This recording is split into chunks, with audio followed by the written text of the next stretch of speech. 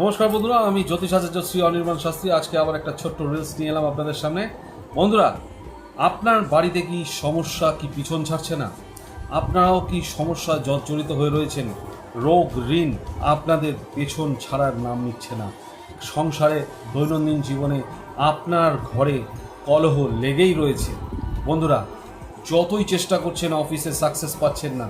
বন্ধুরা, আপনাদের কি শত্রুরা পেছন থেকে বারবার কনস্পিরেসি করছে? তাহলে বুঝবেন আপনি কিন্তু রাহুর মহাদশায় আছেন কিংবা রাহুর কোনো গোচরে আছেন।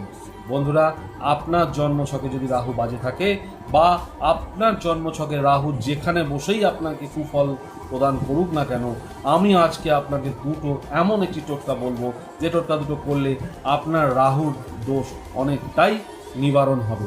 বন্ধুরা, বুধবার থেকে শুরু করে প্রতিদিন আপনি যদি 5 কেজি কয়লা আপনার মাথার উল্টো দিক থেকে 7 বার ঘুরিয়ে যদি নদীতে জলপ্রবাহ করেন, তাহলে কিন্তু রাহুর অনেকটা কুপ্রবাহ থেকে আপনি মুক্তি পাবেন।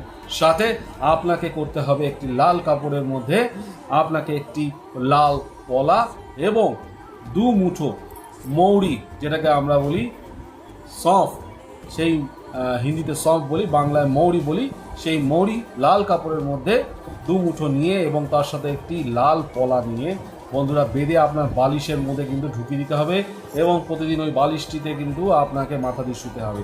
বন্ধুরা, এই দুটি টোটকা করে দেখুন, আপনার জীবন থেকে যদি রাহুর কুপ্রভাব কম না হয় তাহলে আপনি অবশ্যই আমাকে জানাবেন। আজকের জন্য এটুকুই। ভালো থাকবেন। হর হর মহাদেব।